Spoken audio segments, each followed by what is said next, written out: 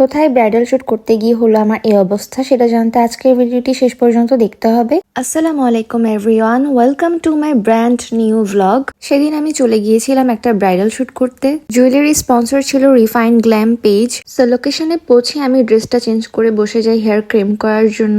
লোকেশনটা ছিল south Khulshi 1-এ। Makeup artist হচ্ছেন জাহান ফারিহা আপু। আমার আজকের শুটের আউটফিট ছিল একটা মেরুন রেড লেহেঙ্গা। ক্যামেরার চেয়েও সরাসরি লেহেঙ্গাটা অনেক বেশি সুন্দর ছিল এবং আমার স্কিন টোনকে অনেক বেশি কমপ্লিমেন্ট করছিল। সো লেহেঙ্গার উপরের টপটা পরেই আমরা ট্রানজিশন ভিডিওর জন্য কতগুলা ক্লিপ নিচ্ছিলাম। আর আপু আমাকে এখানে হেল্প করছিলেন কিভাবে পোজ দিতে হবে, কিভাবে পজিশন নিতে হবে। ট্রানজিশন ভিডিওগুলো আপনারা খুব সুন আপুর পেজে দেখতে পারবেন।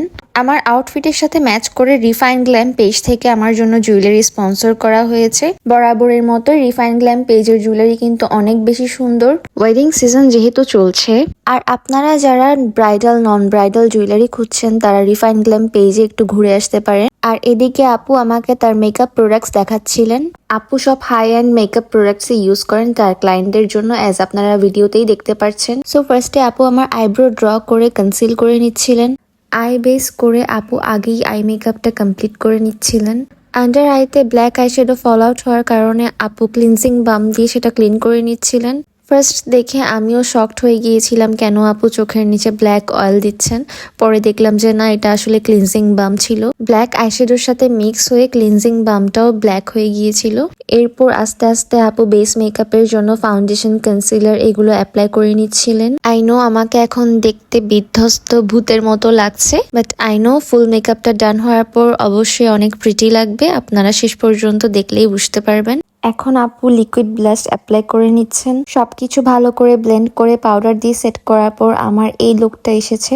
এখন লিপস্টিকের পালা। এই পার্টটা আমার অনেক বেশি পছন্দ হয়েছে কারণ আপুর লিপ ড্রটা অনেক বেশি ভালো হয়েছিল।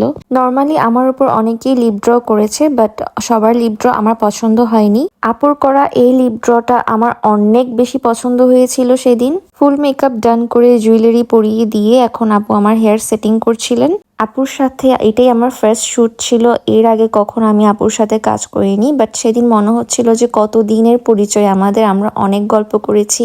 আর মাশাআল্লাহ আপু এতটা বেশি হাম্বল ছিলেন। আপু মেইনলি হোম সার্ভিসে বেশি ফোকাস করে থাকেন। আপনারা যারা ব্রাইডাল বা পার্টি মেকআপের জন্য হোম সার্ভিস নিতে চাচ্ছেন তারা এক্ষুনি আপুর পেজে গিয়ে কন্ট্যাক্ট করে নিবেন, আর অবশ্যই বুকিং দিয়ে রাখতে হবে। আমার মেকআপ অলমোস্ট ডান। এখন আপু আমাকে হেল্প করছেন লেহেঙ্গা পরতে। এখন আপু আমার মাথায় দোপাট্টা সেট করছেন। সবকিছু ঠিকভাবে কমপ্লিট হওয়ার পর আমরা ফটোশুট আর ভিডিওর জন্য রেডি হয়ে যাব। সেই দিনের মেকআপটা আমার এত বেশি পছন্দ হয়েছিল আর আউটপুটটা এত সুন্দর এসেছিল, আমি এতটা বেশি স্যাটিসফাইড হয়েছিলাম যা বলে বোঝাতে পারবো না। ফুল লুকের একটা ভিডিও তোমাদের সাথে শেয়ার করছি।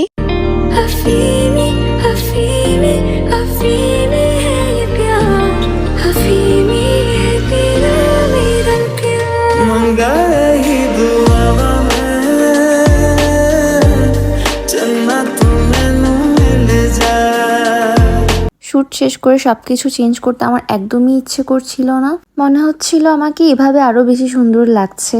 হেয়ার স্টাইলটা আমার অনেক পছন্দ হয়েছিল সেদিন। যাই হোক, কিছু তো করার নেই। রাত প্রায় 11টা বেজে গিয়েছে। সবকিছু গুছিয়ে বাসার দিকে রওনা হলাম। আজকের ভ্লগটি এই পর্যন্তই। দেখা হবে নেক্সট কোনো একটা ভ্লগে। টিল দেন আল্লাহ হাফেজ, টেক কেয়ার, বাই বাই।